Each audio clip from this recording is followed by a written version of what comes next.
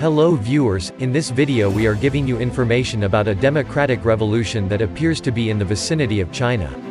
On June 4 and 5, 1989, the Chinese government called the Tiananmen Square massacre, 2 years into the bloody repression. Pro-democracy protesters, mostly students, marched through Beijing to Tiananmen Square after the death of Communist Party leader Hu Yobang. Hu, a former Communist Party leader, had worked to introduce democratic reform in China.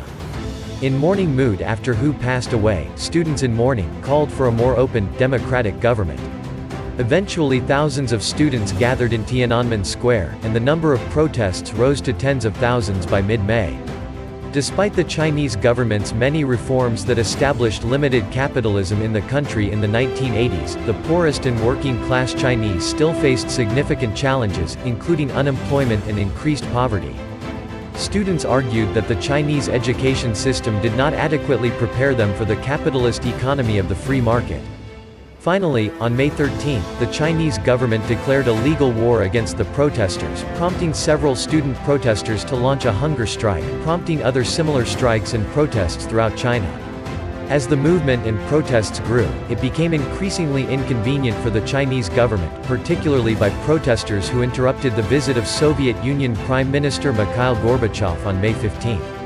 A reception for Gorbachev, originally scheduled for Tiananmen Square, was held at the airport, and his visit passed without incident.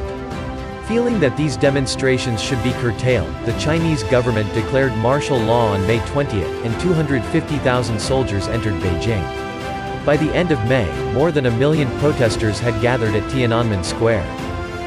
They held daily parades and vigil, and media outlets sent pictures of the events to American and European audiences.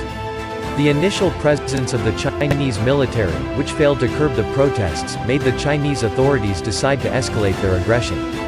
At 1 a.m. on June 4, Chinese soldiers and police stormed Tiananmen Square and fired live rounds of ammunition into the crowd.